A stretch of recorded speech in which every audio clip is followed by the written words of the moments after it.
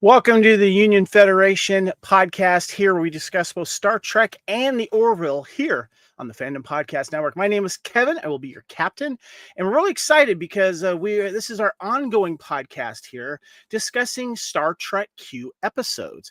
And this is Union Federation episode 234, Star Trek Q episodes, the episode Q List from 1993, season 1 episode of Deep Space Nine. Now, we got a lot to get to here, guys. We hope you've been enjoying this series. We're going live every Monday night. We took a little break last week, but we're back here checking out the Star Trek Q fan collective here. I hope you guys have gone back and listened and watched our previous shows. We got more coming up as well. This is a Union Federation, which can be found on the Fandom Podcast Network and the BQN. And if you're watching our live YouTube here, please, first of all, join the chat. Please let us know what you think. Throw out some questions and comments. We'll share them here on the show.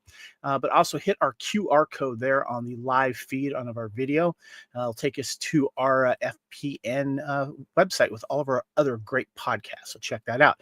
But let's introduce our crew on this Union Federation starship. With me, back from another I guess, Borg dimension, I want to, first of all, welcome, well, of course, our counselor and second in charge here. Please welcome the lovely Miss Amy Nelson. What's going on? Well, hello. So good to be back.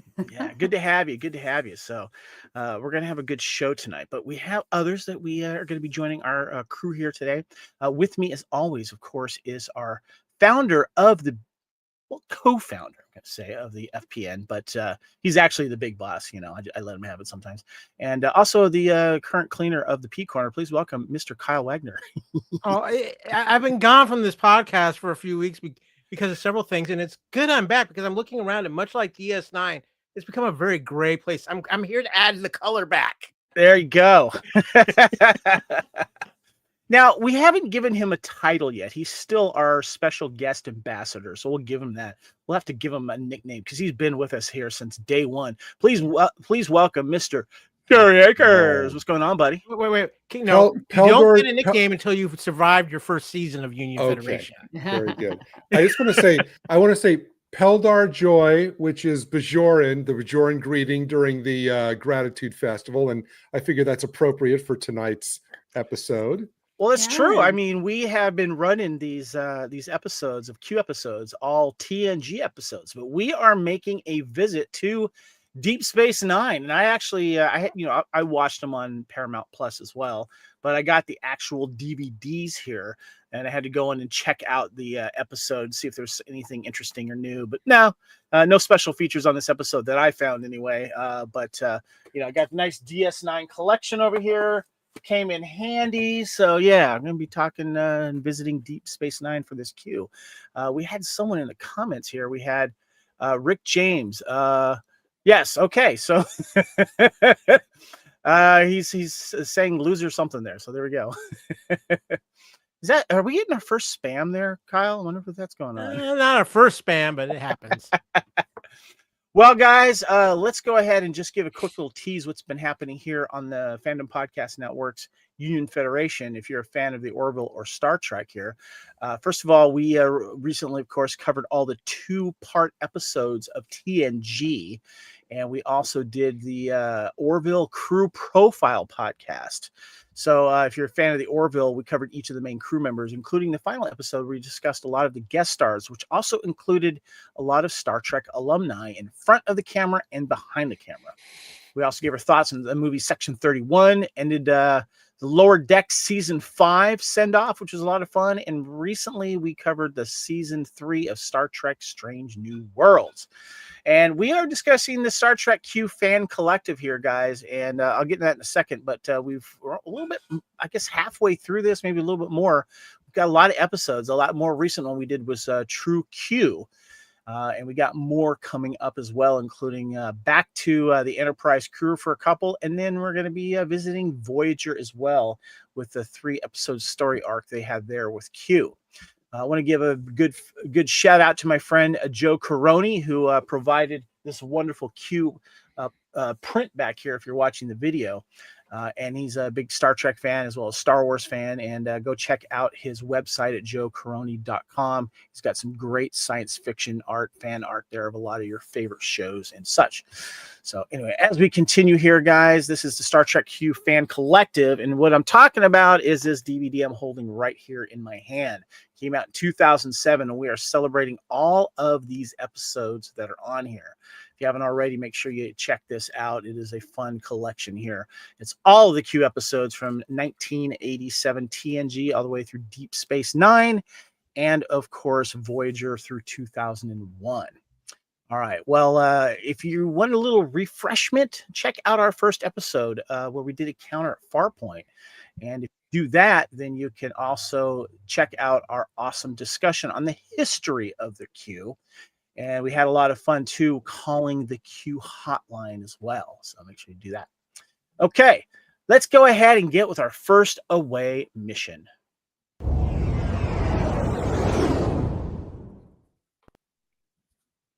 All right.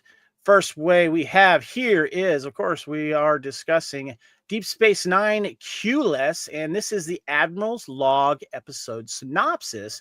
And Miss Amy Nelson, I was wondering if you could read the plot synopsis, gives us any information on, when it aired and all that kind of stuff as well. All right. Well, this is in season 1 of Deep Space Nine, episode 7, and it aired February 7th of 1993. Where were you? And the IMDb rating is a 6.7. which I find interesting. It's a little bit lower than what we've been seeing on the TNG episodes, I've noticed. Right. So, yeah. Yes.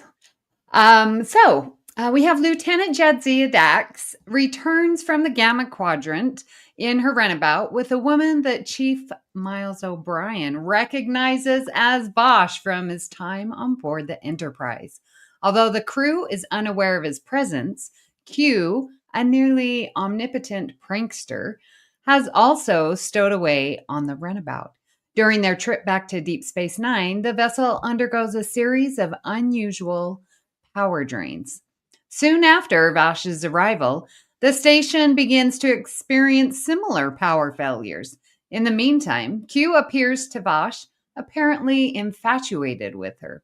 Although Q transported Vash to the Gamma Quadrant 2 years earlier, now she wants nothing to do with him, much to Q's annoyance.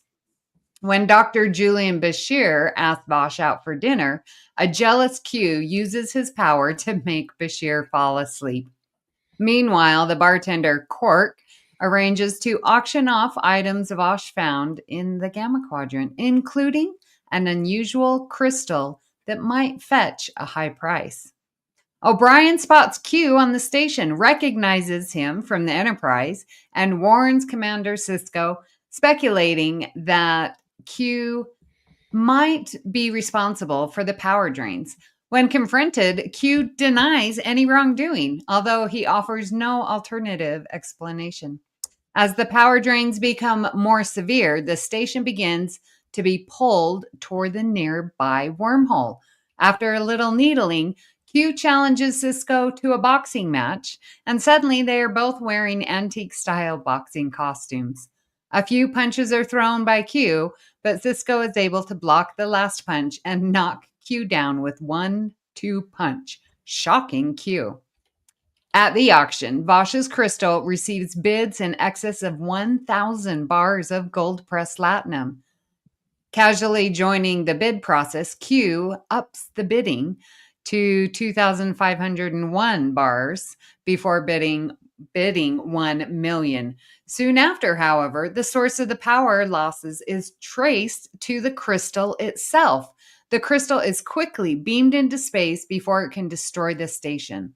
Once outside, it transforms into an alien life form and travels into the wormhole. After the incident, Bashir finally awakens from his slumber.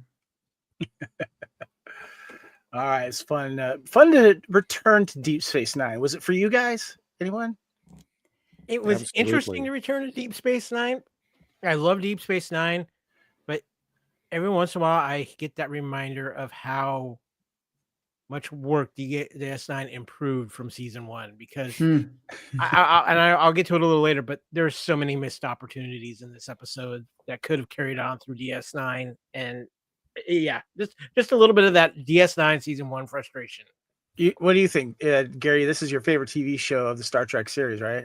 It is, and clearly they're still in the kind of proto stages of the show where the actors are finding their feet on the characters are finding their chemistry with each other, and that, I think, contributes to the particular kind of energy of this particular Q episode, which I know we'll talk a little bit later. Okay. And then like Kyle, there was one massive missed opportunity that I wish they'd done.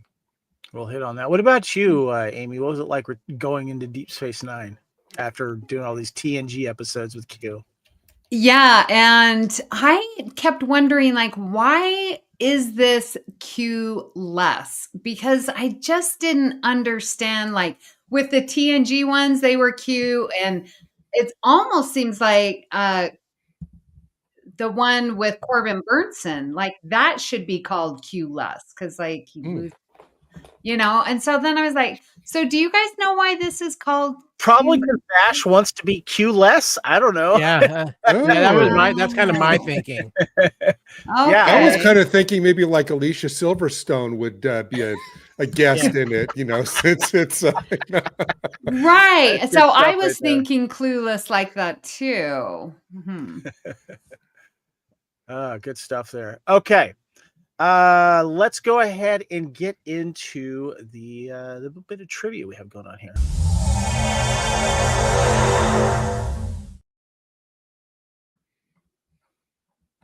Let me see.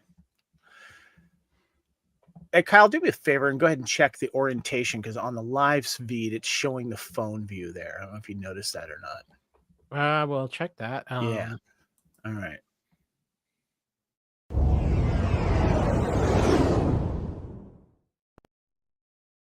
All right, let's go ahead and get into the trivia here.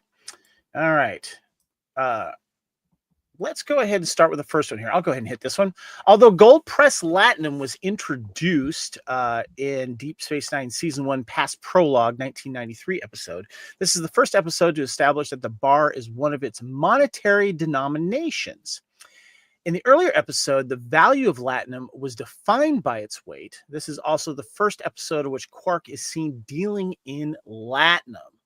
I feel like, too, guys, Deep Space Nine really started bringing back money, basically, because it still is important outside of the Federation. I don't know. You guys have any thoughts on that? I'll start with you, Gary. I think when you made a Ferengi such a central character in the show, I think this was an inevitability. When you have a race that is centered completely around economic prosperity, I mean, everything about their culture. So, yeah, it's weird though, because I mean, he runs a bar on Deep Space Nine on, whose customers basically don't, all the Federation crew don't have money, don't deal with money. So I've always wondered how that works. Yeah. What about you, Amy? What do you think? Yeah, I definitely like that they are, dealing a lot more than just a one-off episode of people who aren't in the Federation and how we deal with them. Because with TNG, it's always, oh, look at them. They're so backwards and they're using money still, that type of nose up in the air. And so here we're dealing with it. And yeah, here's your gold press latinum. And I have to deal with what you are because I want your services or your alcohol or whatever. So I love that they're doing that, because TNG sort of, in my opinion, had their nose up in the air. I also feel it gives great moments to Quark throughout this series as well, so it's definitely good there. All right. Well, let's go ahead and get in the next bit of trivia. Amy, if you mind doing it number 2 for us, please. Yes.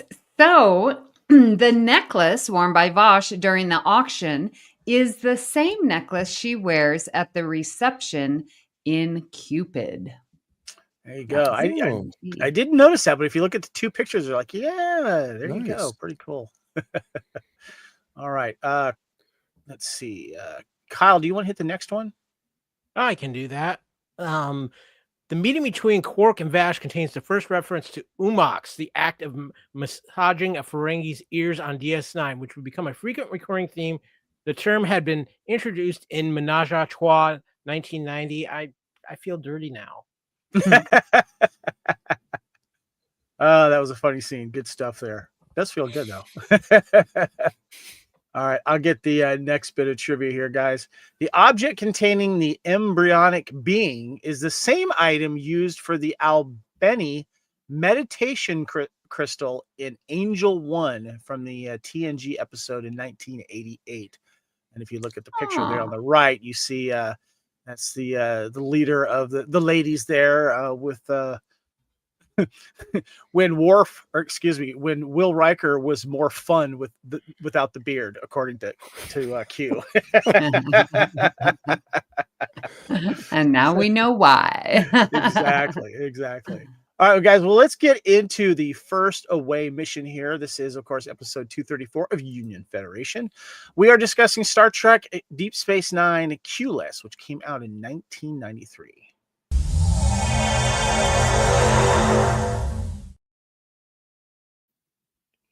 Okay, our first mission report is something that's been brought to our attention earlier on, and we've been incorporating it since, thanks to our lovely counselor, Amy Nelson. You mentioned there was a bunch of great quotes in all of these, and lines in all these Q episodes, and I wanted to give you guys a chance to shout out some. I borrowed some from IMDb as well, but Q episodes, we always get good Q quotes. We also get good lines from the cast members as well, specifically Deep Space Nine in this one. Gary, was there any quotes to you that stood out to you in this episode? Heavy is the burden of being me, which I actually coincidentally say it to by other people a lot myself. We won't get into that. Yeah, that was. What about you? What about you, Amy? Do you have any memorable quotes from this one? I liked, and I'm gonna steal one of yours here with the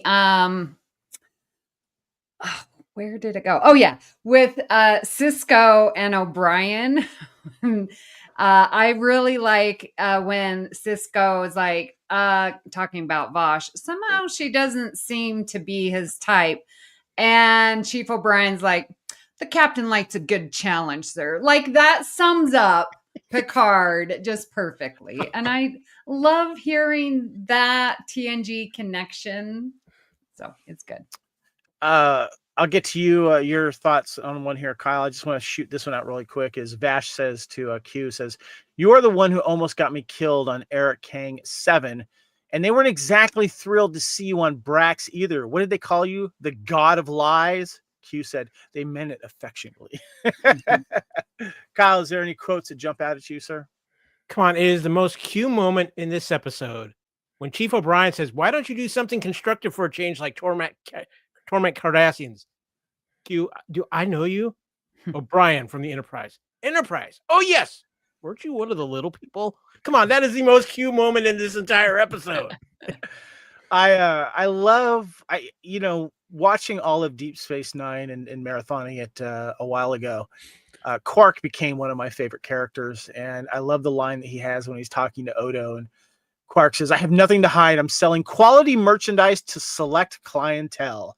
And Odo says, "And what makes them so select? They're all ridiculously wealthy and not too bright."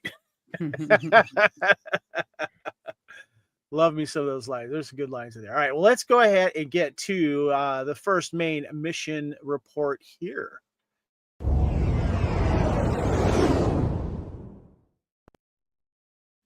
All right, so the first part that we always like to talk about here on the main episode discussion, this is Q-less. We are in Deep Space Nine right now, and I want to kind of ask you guys, what was it like, first of all, returning to Deep Space Nine? and this episode specifically? And also, was there any subplot scenes that stood out for you? Amy, been gone for a few weeks. Let us know what you think about this. Coming to this episode, I just was cringy a lot. Just the whole sexism, and it really, Bashir was, again, as Kyle says, you just see the progression of how well the characters have grown, because Bashir is just painstakingly, disgustingly gross around her. And thankfully, we women do not have to put up with that anymore. So it just is just, ugh. So that whole subplot of that going on, well, I'm glad he was asleep for most of the episode. Let's just Gary, what say you about returning to Deep Space Nine and any subplots here in this episode? Well, I actually have to say, I think the sexism for me was the most enjoyable part of the episode. Oh. I'm kidding. I'm totally kidding. I couldn't let that opportunity go. As I said before, it's loving Deep Space Nine as I do. I mean, a lot of season when you realize it's finding its feet, finding its way. Bashir obviously becomes far more than just the pickup artist, the lame pickup artist that he tries to be in this. I did like, though, in that scene, Amy, though, I loved Olive O'Brien's take behind him.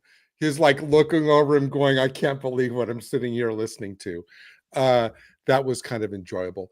I did like, as you said, Kevin, it seems like they were really already totally zeroing in on Quark, like what makes it work, the avarice, he's good for comedy moments, and he seems like, even at this point in the series, the most fully realized of the main characters. And as far as Q goes, I did have a lot of problems with the episode, but I did think that the Q Vosh repartee was good in this episode. I enjoyed that. Gotcha. All right. Andrew Semple joins the chat here. Says, greetings from Scotland. My favorite country to visit, Andrew. Love that place. Been there 3 times myself. Great country. All right. Kyle, what about you? It was like returning to Deep Space Nine for you. Any subplots you liked? So I mentioned it a little earlier. It was a little rough returning to Deep Space Nine Season 1, which is really my least favorite season of DS9. Amy mentions it. Bashir is just annoying. And this is something that early on, this is why one of the reasons why I was having a hard time getting to Deep Space Nine. The characters were just so underdeveloped at this point. It does feel, even when we go back and look at the Q episodes from early on in Next Generation, the characters felt so much more developed already in those early episodes of Next Generation than they did in DS9, and it shows. And I think it's really, like Gary said, though, this show it took a lot longer to find its footing and find its place. And it didn't help when, in the aspect of, you have episodes like this early on where they're throwing in the next gen stuff just to try to boost the ratings and get people to watch it. And it feels a little forced. And I think that's kind of what happens with this episode, because there are some good ideas. And I'm just going to throw this out right now, and I can dive it into a little deeper when we cover other areas. But there is such a missed opportunity of a Q-Cisco relationship that is so different than Picard and Q, because I can see Q looking at Cisco, and they even kind of hint at it a little bit in this episode, as looking at Cisco as a totally different challenge. And come on, who doesn't want to see Q face off with Hawk? I'm just saying. Yeah, he's still he's not quite looking like Hawk yet from Spencer for Hire, but he does shave the head later on. So yeah, good stuff there, Kyle. One of the things that I really like this, it of course had to be done to have some connective tissue from Deep Space Nine to TNG, or more specific to Enterprise, is the moments that we had with Chief O'Brien. And I feel like Chief O'Brien, being one of the cast members that carried over to Deep Space Nine from TNG, and of course serving on the Enterprise, was, I think, a very smart move. And O'Brien had some really good moments. And what's interesting too is my favorite episode of this season took place right before this one. If you guys remember, that's the one with Tosk, who was the first right. visitor through the wormhole in Captive Pursuit. And I have, if you're watching the video, I'm holding a toy of Tosk right here, and I'm a big fan of Tosk, and also to that episode. And if you want to have some extra fun, go to Instagram and check out Traveling Tosk. That's another Instagram that I do, and I take Tosk around, and he gets some fun pictures in my travels, including Scotland. He's been to Scotland several times, and he's had some fun over there. So Andrew from Scotland says, which season episode number is this? This is season 1, episode 6. This what's that? 7. Is it 7? Okay. Because right before that was the Tosk one, if I remember correctly, or a couple before it anyway. So make sure you check that out. But yeah, so I love O'Brien in this. I think the connective tissue, as I mentioned, is a good thing. That and even though he doesn't have a scene with Bosch, obviously it was implied that he met her when she came to visit the Enterprise, and he knew who, of course. She was, but also he was the one that told Cisco, "I just saw Q." And of course they all got the briefings on Q at one time or another. So there we go. Well, let's go ahead and hit the next mission report.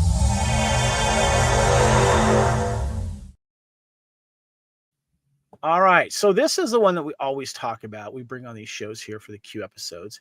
And the second mission report is your thoughts on the main Q storyline throughout this episode and its impact on the Star Trek timeline. Specifically to this episode, Q chases Vash to Deep Space Nine. And if you remember the famous Cupid episode, Vash ends up leaving the Enterprise with Q, and Q ends up taking her on some adventures. Of course, as we find out in this episode, she's run a little tired of Q. So give me your thoughts on this. We'll start with you, Amy. It's not, is this really a Q episode? Because the crystal is what's causing the drain of the power drain. And what else? And it's not even Q's fault. Or is it because Vosh brings it back and she was in the Gamma Quadrant because of him? I mean, that's a pretty far stretch to go for that. So I find it questionable. It's not really a Q episode because he's not causing any havoc. He's not messing with anyone. He's just pining after Vosh, which is weird. It doesn't make sense to me. We'll get into that later. That's a good observation there, Amy. What about you, Kyle? I actually agree with Amy. The Q plot in this feels very much like a B plot in this episode. The A plot really seems to be the power drain on DS9, what's going on with Vosh and the Quark relationship. The Q thing is, it almost feels like it's thrown in, and I think we're going to have some trivia later that might explain a little bit of why that is. But I can see where it. I'll be honest with you, it feels like John de Lancie's kind of just going through the motions with his performance as Q. There's just not the energy of him as Q that we're used to seeing on the Next Generation, and it's this land of missed opportunities. He has actually great chemistry with Vosh, but with anybody else, it's just it feels like he's struggling a little bit. And again, I would have loved to have seen him have a little bit more interaction. I would have loved to have seen him have a conversation with Dax. I would have loved a Q Odo scene. I really would have. I think that could have been highly entertaining. That's a good point. And again, just so many missed opportunities here, because I don't think. I really wonder when the first time they wrote the script if Q was even involved. Interesting. We'll talk about that. That's a good question. Gary, what about you? Okay, well, I'm going to assume that when you say the main plot, because as the main Q storyline. Oh, the main Q storyline. Because as Amy and Kyle have both said, it's hard to tell what's the main story and what's the B story. Mm-hmm. But for the main Q plot line, it seems like they're off on their own thing, completely disconnected from the station. I mean, that it doesn't even necessarily really even need to take place on the station. I could never, honestly, when I was rewatching it, I could never really pin down why exactly she is so ticked off at Q. There's one line about, well, you left me or something, but I mean, she's an archaeologist that has always felt more comfortable being on her own, making her own rules for her own life. So I'm not really sure. And you know, anytime that he may have put her in danger, he was there to kind of save her from it. So that was confusing to me. That made it seem like an artificial conflict between the two of them. And as far as if I'm going to include the resolution as part of the main Q story, which I guess is kind of is, because everything centers around what Vosh brought back from the Gamma Quadrant. It seems like on the one hand we have an object that looks like something else, but it's actually a life form. Where have we seen that before? Well, there you go. In Encounter at Farpoint, which was the first Q episode on and the TNG, creature looked pretty much the same on TNG. Now the first Q episode on DS9 has the same thing. And again, the setup where, just like in True Q, the last episode we covered, Q seems like he's the cause of an external problem, but turns out not to be. So it seems like whatever they're putting Q into in this episode, we've already been there, done that. You know, it's not pushing what the character can do or is involved in along. It's basically kind of like Q's greatest hits in terms of the actual plot that he and Vosh are involved in. Yeah, one more thing. It seems like, I will say that turning Vosh into this, and I know we're going to cover more of the dynamics later, but in this, I'm just going to cover one specific scene. Him turning Vosh into this kind of disease-ridden old woman, which reminded me of Susan Oliver in the Cage, you know, when she all of a sudden goes from this beautiful woman to this kind of decrepit. That seems to be felt to me pretty extreme even for Q. That's like physical punishment that even goes beyond Q's kind of parameters. So that felt odd. Interesting. Yeah. For the Q storyline for me too, it's funny too, because it's been a while since I've seen this episode. And I was looking forward to returning to Deep Space Nine and getting familiar with the characters, specifically the first season, where the actors are still kind of working on them and the relationships are still kind of being worked on between the crew.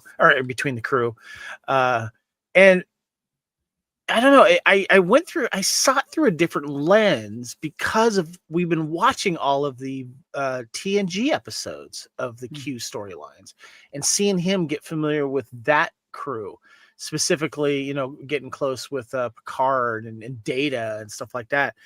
And it was interesting, Vash, as I mentioned, is one of my favorite characters, and I've crushed on her and been a big fan of that character. And it was interesting, and it seemed right to have her return to Deep Space Nine with Q, because they've been off gallivanting around other quadrants and sectors and stuff like that for 2 years. So it was nice to have that kind of connective tissue come back. But I found it a little less satisfying regarding this Q storyline, and I'm going to go into that more a little bit later because of some trivia that I found out there. But we still did get some interesting and fun Q moments, and I wanted to do that for the next mission report.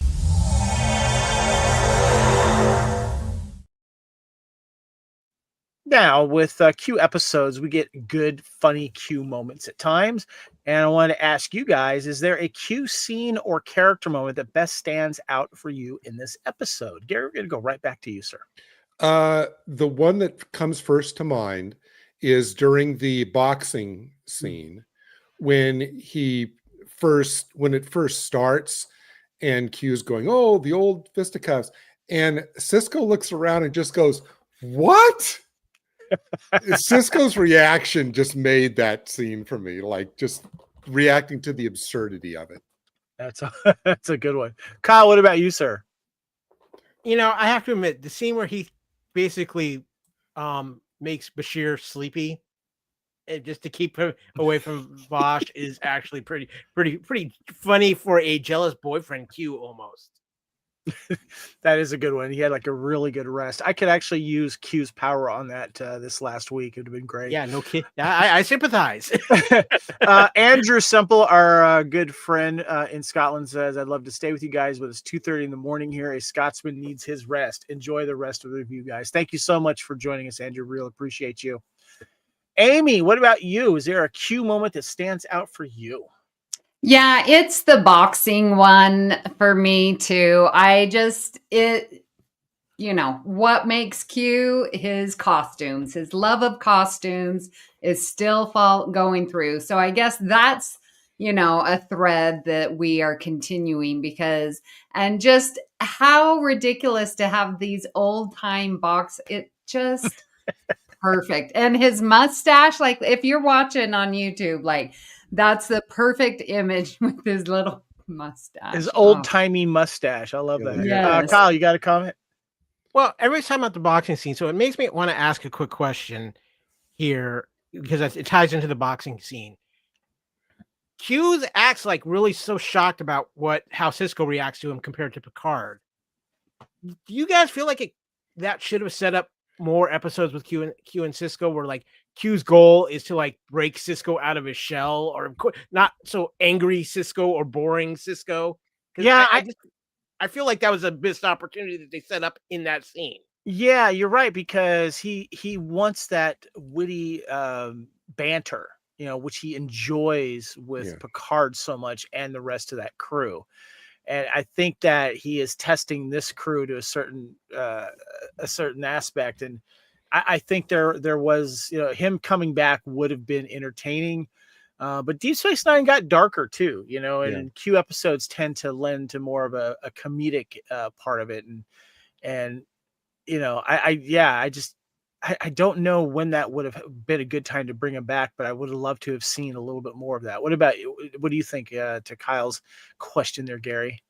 Overall, it felt like, I don't know if Q was trying to determine for himself whether Cisco was going to be a challenge like Picard initially was, but overall, it just seems like that Q just feels like more dismissive of Cisco and really the entire crew. Like he doesn't even really, care, really about any of them. It doesn't feel like he respects Cisco like he, came to respect Picard. And so it seems like that, Cisco's obviously just, doesn't want to deal with Q at all because of the crisis on the station. And no, I agree with Kyle. It's right. It's hard to get a handle on what Q wants from Cisco, what Cisco wants from Q, because and I'm going to be cynical, Kyle. Part of that scene with Cisco's reaction, I feel I'm going to be, whether it's true or not, my cynical reaction is that when Cisco goes and hauls off on Q, that was made for the trailer. Do you know what I mean? So that the trailer, the coming attractions trailer, could have a scene next time on Deep Space Nine, and then it ends with Cisco laying Q out, and everybody's going, "Oh, gotta watch that." You know what I mean? That's cynical, but part of me, because it doesn't just seem to fit tonally in what's going on.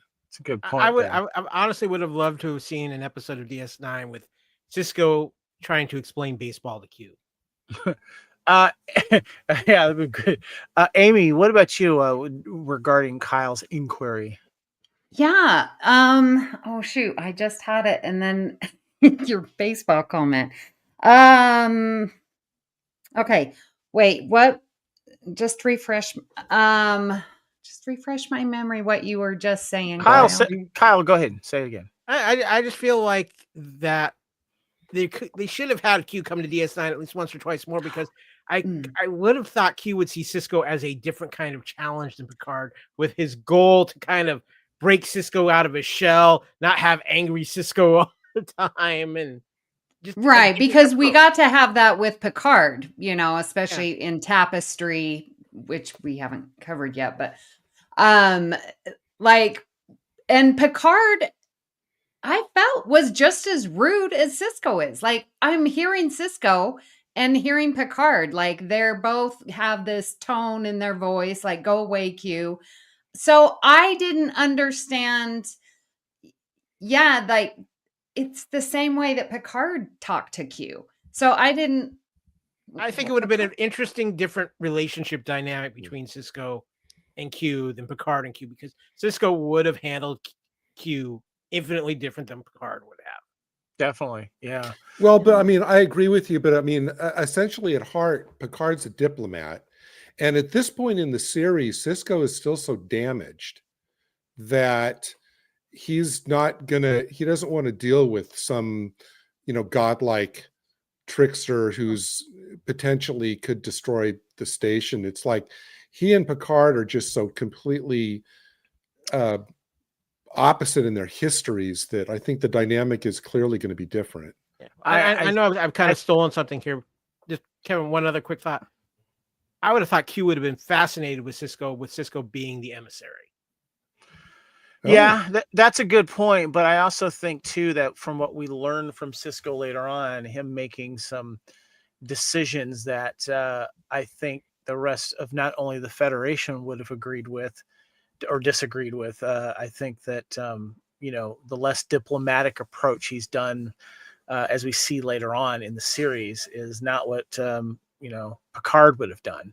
And that's what we liked about the darker turn that Deep Space Nine took, especially during the Dominion War. Yeah. And you know what I'm talking about, Gary. How hard he gets later on. So yeah. So, but I just wanted to chime in. I really like the scenes where let me bring back to the table here.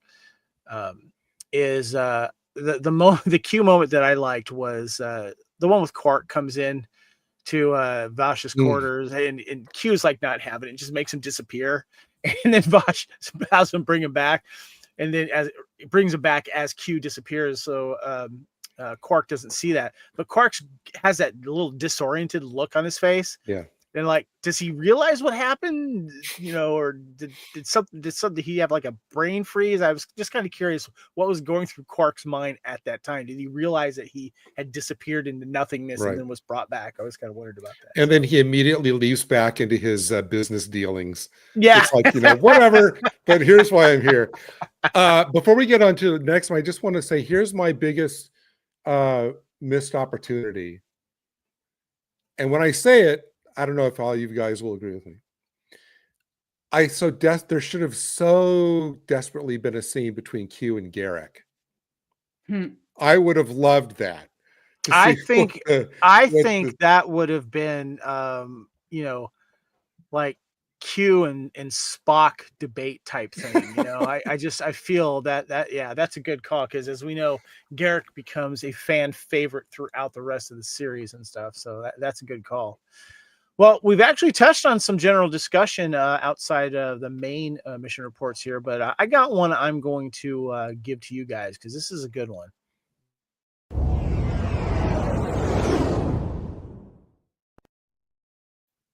All right, so this is mission report 4, this final one. This is where we have a general discussion of anything that you guys haven't brought up that you have questions about. But I need to bring a kind of a big one to the table here. We've kind of touched on this before. This originally was in my notes for you guys for the number 1 of the 4 trivia questions, but I decided to pull it in, put it into this general discussion part, because it was something that was in the trivia that caught my mind after I read it, and then I rewatched this episode. And I got 3 little bonus trivias here that are all kind of tied and interconnected to the question that I want to ask you guys, and the kind of feeling that I'm getting with this discussion of this episode. The first bonus trivia is Hannah Louise Shearer, one of the writers of this episode. Original pitch for this episode involved Vash, but not Q. And then Robert Hewitt Wolf wrote this episode before he joined the writing staff of the series. So this is where I get this information through IMDb and stuff. These are contributors to this script basically here and this story. Is Hannah Louise Shearer saying that it involved Vash originally and not Q, and Robert says he wrote this episode before he joined the writing staff as of the series.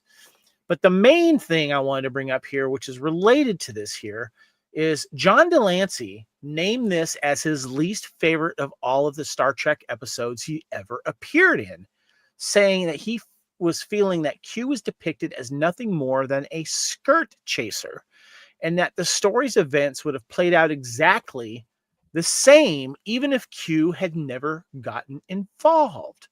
So I thought that was an interesting quote, and I got that through IMDb. I'll be perfectly honest here, but that feels like something de Lancie would say. And so I'm going to go as if he actually did say this and this is truth.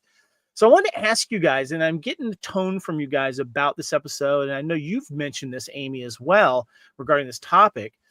And as I mentioned, that this just felt kind of weird for a Q episode. And Gary, I'm going to quote you on a previous episode of these Q episodes.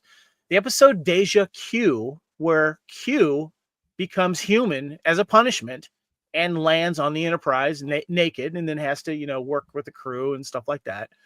And you said, quote, and I'm kind of paraphrasing here for you, Gary, is you said it shows how versatile the Q character is for the next generation writers.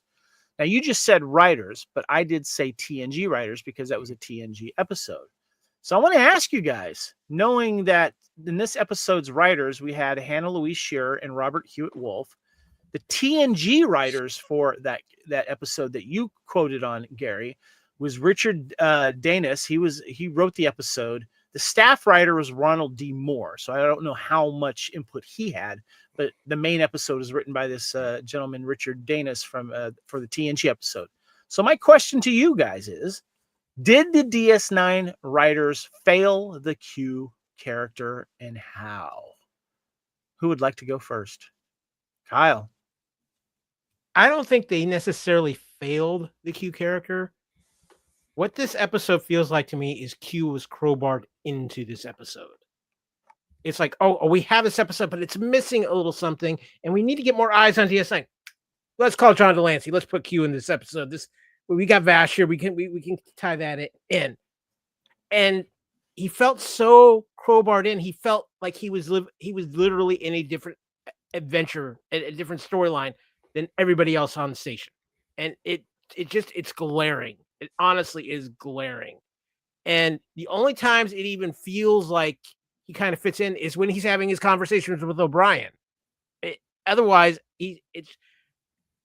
I think if I was to go back and look at it, I am willing to bet the intention was, okay, we have this episode, we have that Vosh here. Let's have a John de Lancie cameo. Let's see Q really quick just so we can do a wink nod to that episode. And instead, the writers were like, we've got John de Lancie. Oh, we got to do something with him. And so they were trying to put the Q-shaped peg through the DS9-shaped hole, and it just didn't fit properly. And they kind of forced it in, and then it threw everything off. And I think this is, like Gary said too, it's the aspect of trying to get DS9 on its footing, and by doing that, hey, how much TNG can we throw in so the TNG people will view this while it grows? I feel there might be some truth to that, Kyle, especially after if Hannah Louise Shearer's original pitch for this episode involved Vash and not Q. What do you think, Amy? Do you think the writers failed the Q character in this?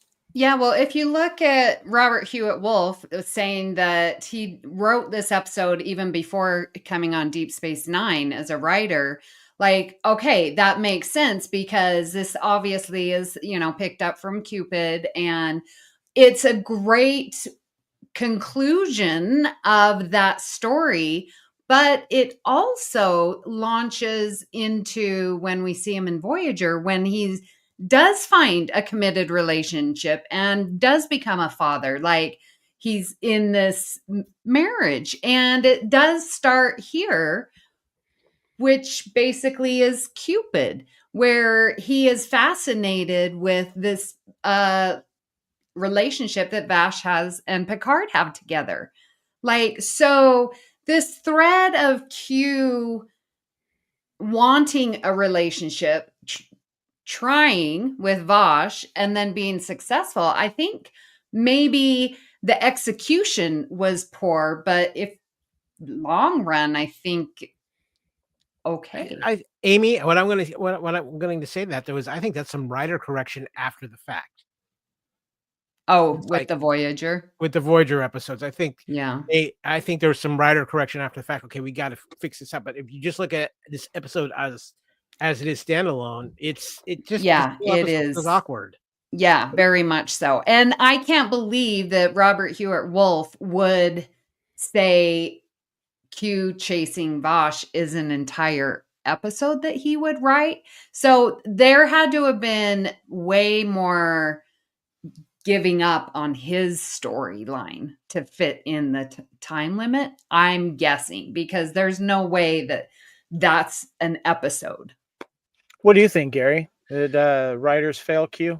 I think that the two quotes that you read were very telling. The fact that the first draft of this didn't include, only included Vosh, basically, as Kyle was explaining, for the purpose of what was originally the main story, which is the power losses and everything going on in the station, that Q is entirely extraneous to requirements.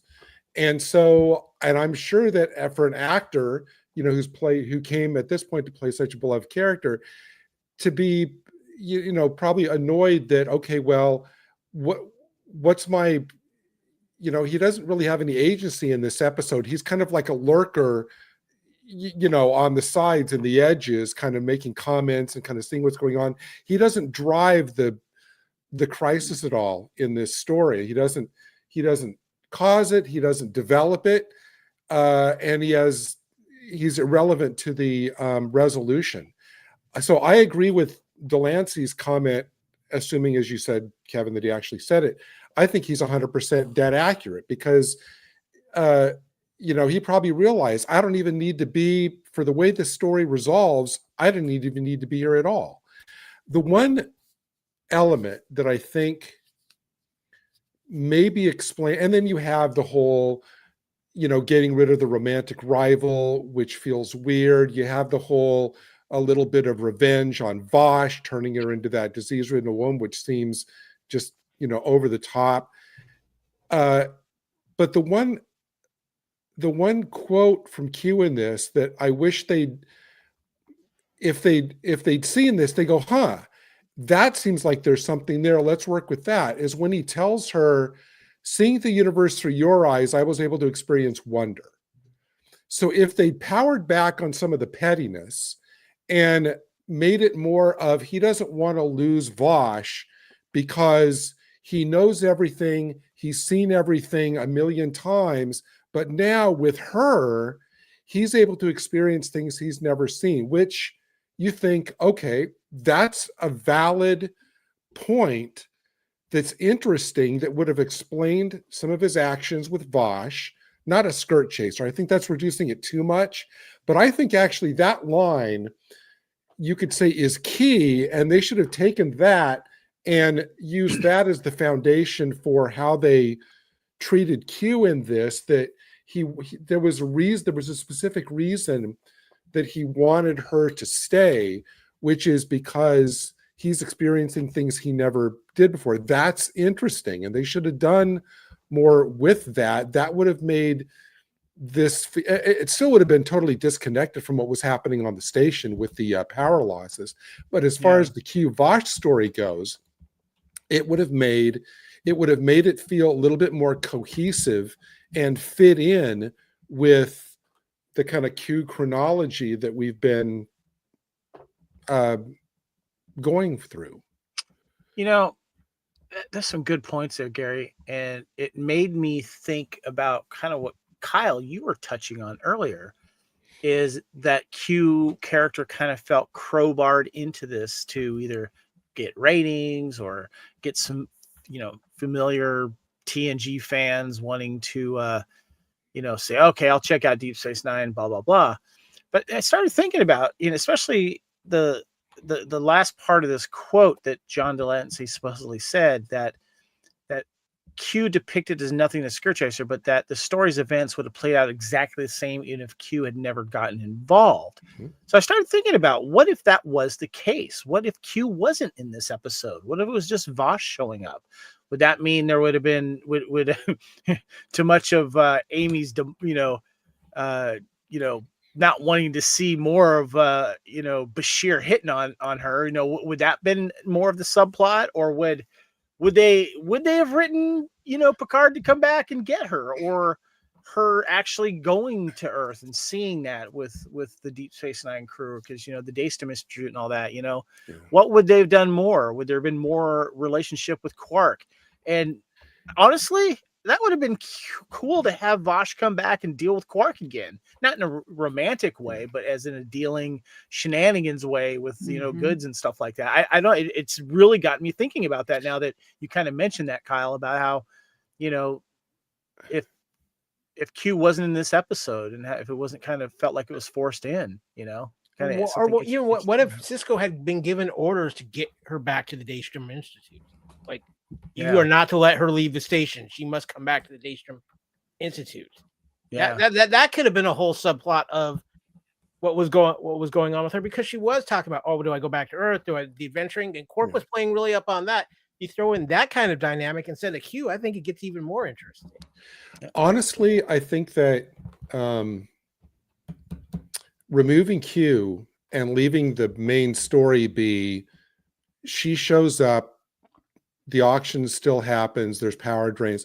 I don't think that by itself is substantial enough, with nothing else added, to carry an episode. My guess is they would have probably added another C story, like a 2 to 3 scene C story with, I don't know, Jake or Bashir, something like that, as a time filler, because just Vosh showing up is, she's not enough by herself without a Picard type figure there to kind of drive a full episode. So I think they would have filled the time with something else. I think that she would have probably made some kind of reference to, I think the ending would have been the same. She's really did want to go to Earth, but then Quark's last little temptation of going to this other culture would have been too much, and she'd go. I think that would have been played out exactly the same.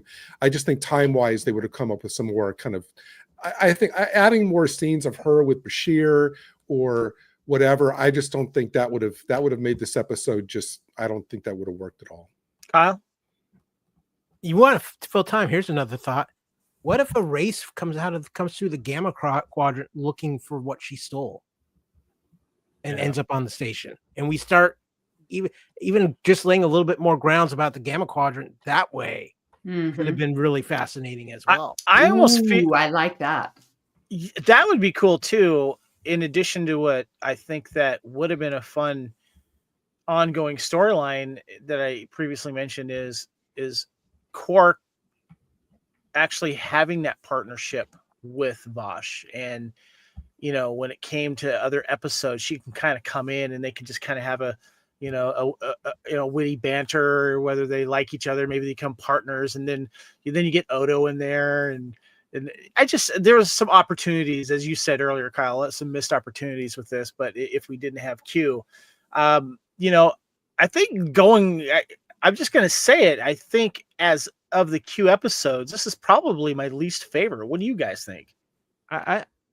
I think it is my least favorite because it's not a Q episode. Q's in it, but it's not a Q episode. Are we all on the agreement on that? Yeah, it's Q-less. It's Q-less. Now I understand. There's your answer, Amy. Union Fed. There's your answer. There's less of Q. One more thing. The more I'm thinking about this, the more I think that what I would have done if they removed Q. I could see that this could have easily become like a Quark episode, because take what.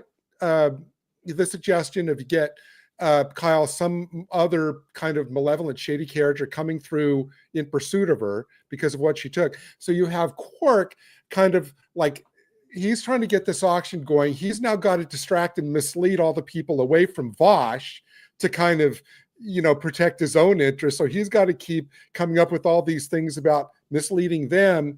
He's got to mislead Odo, who's wondering, well, what are you doing with all this stuff? You could have easily just like turned this thing a little bit into kind of like almost a semi-farcical kind of like, Quark trying to keep all these plates spinning to kind of get this auction going, still keep the station problems as like the B story in terms of, well, how are they going to solve it?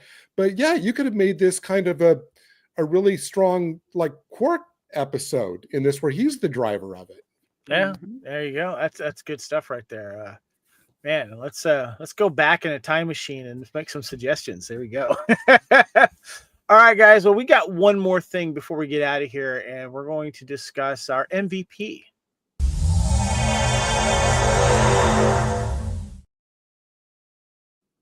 So the last mission report we have here is the Star Trek MVP, or as sometimes Amy might remind us, our least valuable player. I want to know who is your episode cast or guest MVP, which stood out for you. And of course, this is Deep Space Nine. I got the picture of the Deep Space Nine cast photo there. Oh, they look so young. Look at them. And of course, Q there. And I want you guys to each give me, who do you think, who's the MVP? Who did you like best in this? Kyle, I'm going to start with you, sir. Oh, this is a tough one because I think there's two real standouts. But I think I'm going to go Chief O'Brien here. I think Chief O'Brien actually was kind of the glue character of this episode because of the connections with Vosh to Next Generation. And you see Cisco kind of leaning on that a little bit in those connections to get information. And I think that made it more interesting, and that's something else I wish they would play it up on this episode. I think Quark is running real close 1B to O'Brien's 1A in this episode. Yeah. Amy, what about you? Who's your MVP of the episode? All right, or now least valuable player. Well, this is my MVP. And now that she is not anywhere near Picard, I really think Vosh did a great job. Jennifer Hetrick is gorgeous, as beautiful as usual. And yeah, she is. Yeah, she... I mean, every scene she's in, she's like this glowing, mysterious, awesome person. And she's the same with almost everyone. So it's just, she did so well. All right. What about you, Gary? Who's your MVP? Well, I do want to say quickly about Vosh is that I love that Vosh here knows precisely the effect that she has on Bashir, on Quark, and she's totally everybody. Yes. And she shamelessly uses that to kind of advance her own end. So that's fun to watch. But I am actually going to take Kyle's B and make that my A, because I actually think Quark is my MVP, because for me, all of the most memorable, funny, enjoyable scenes are with Quark. Like when Vosh, interestingly enough, when Vosh defaults to her archaeology thing, and she's, I'm just trying to give cultural context. And I thought, well, there's Picard rubbing off on her. But then, he immediately comes in and goes, what are you doing? What are you doing? And he goes like, friends, look at this beautiful, every Quark scene was a standout to me. Mm-hmm. I was kind of go between Quark and Vosh, and you guys both made great cases for both. But my crush on Jennifer Hetrick and Vosh, so I'm just going to say Vosh for reasons, And I do like that scene where she's inventorying everything that she has. Mm-hmm. I just thought that was a good moment for Vosh there. Kyle, do you have another comment on the cast? Yeah, I just want to also give an LVP for this episode. Ooh. Now, we could go Bashir for general creepiness in this episode. Agreed. Truthfully, the LVP of this episode is Q, because you have one of the greatest characters in Star Trek history completely wasted. I mean, and I'm not faulting John de Lancie for that, but that makes it, when you have that great of a character and he's just kind of a sideline character through the episode, it's a waste, and it makes him the LVP of this episode. Yeah. Less valuable character of the episode. All right. I can't argue with that, Kyle. That's a good call. Yeah. Since we've been kind of discussing that anyway, I think we all agree this is so far our least favorite Q episode that we have covered. So yeah, good call there. All right, guys, that was good stuff here. This is a Union Federation podcast here on the Fandom Podcast Network and the BQN. We are discussing all the Star Trek Q fan collective episodes from 87 to 2001. Want to get your guys' final thoughts here. Kyle, I'm going to go right back to you here. I think this is, when we look back at this particular episode, this is, it's the first season of DS9. Let's put the familiar faces on there. Let's get the TNG crowd watching it. And it just falls flat. And the sad part is, as we've discussed through this episode, I think there's some really interesting story there they could have done if they weren't so desperate just to get John de Lancie on the episode to bring in some face ratings. And I think that's what ultimately this episode goes down as, is this is a ratings grab episode. Good call. And Kyle, how can we get a hold of you as we wrap things up here? Oh, well, you can find me, of course, all over the Fandom Podcast Network. I've had a little vacation, a little work stuff going on, but I will be back here for more Q episodes here on the Union Federation.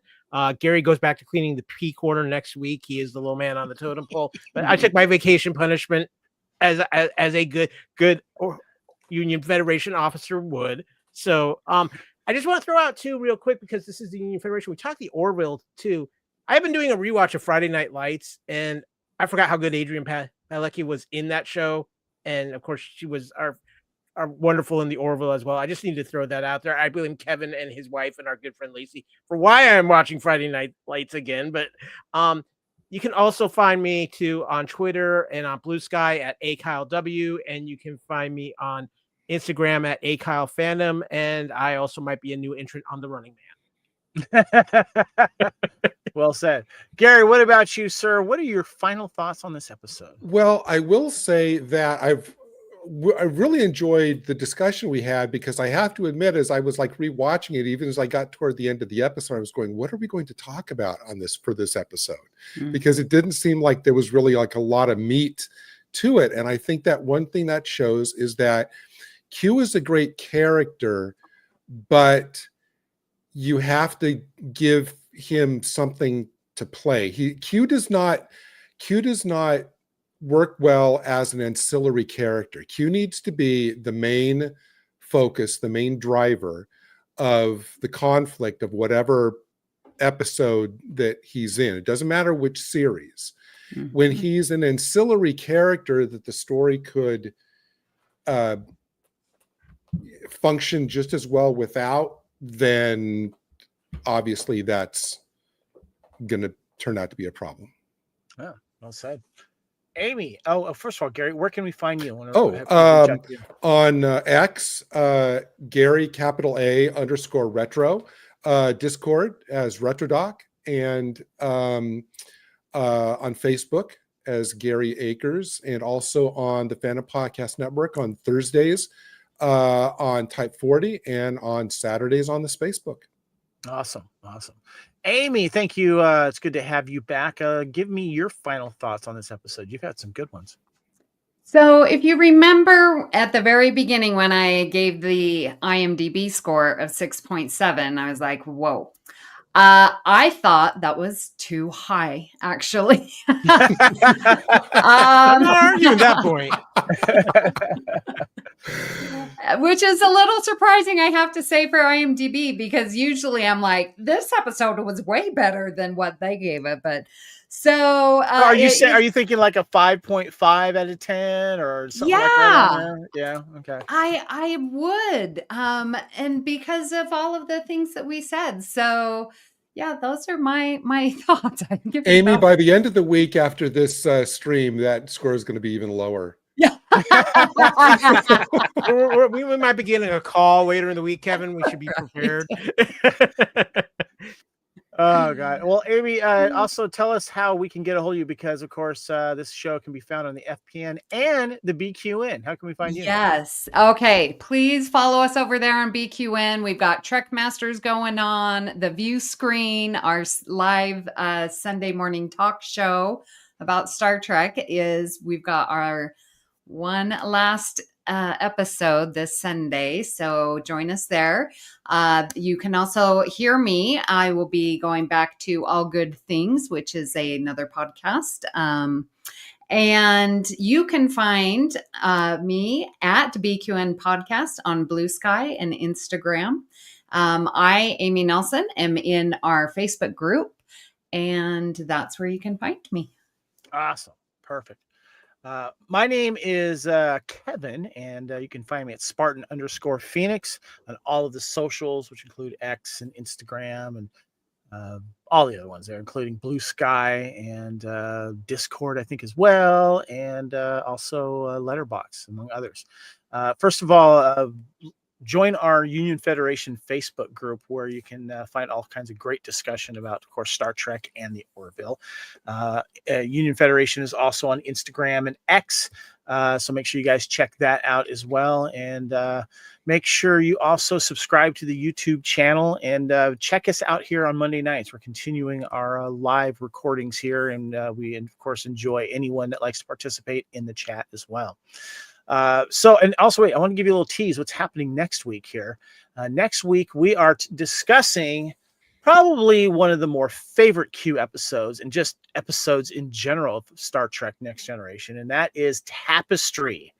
That's when, of course, Picard has a moment of death, but Q lets him know what could have been if he had done things differently. So that'll be episode 235 of the Union Federation.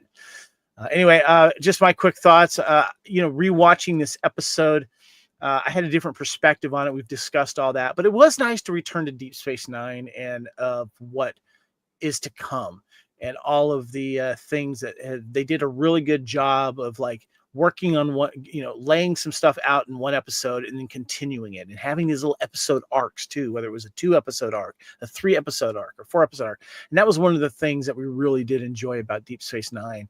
And of course, with the changelings and the Dominion War. And I'm just trying to figure out where Q could have come in and fit and done things. And I do wish we could have seen more of Vosh. I would like to have seen more live action Vosh. So that's just my bit there. It would have been, I realize it would have been, would it have worked, Kevin, you think? Because, every year on Deep Space Nine, we got an annual Mirror Universe episode. Do you think Q would have worked in one of the Mirror Universe episodes? The writers were clever enough to probably make something like that work. But what would he have done? That would be the big question there. I think I would have preferred to see Q stay away from the Mirror Universe. Yeah, that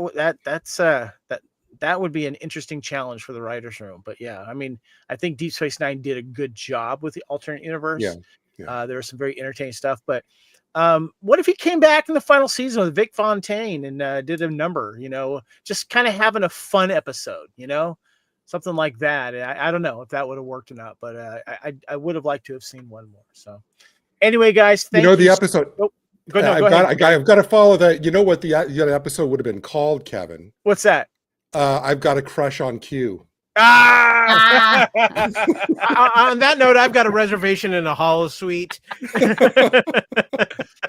Guys, thank you so much. Thank you, Amy. Thank you, Kyle. Thank you, Gary. This has been a great discussion of one of the Q episodes, specifically hanging out at Deep Space Nine. Thank you guys, of course, for watching, and please continue to follow us the next few weeks here, discussing Monday nights, 6 o'clock Pacific and 9 p.m. Eastern.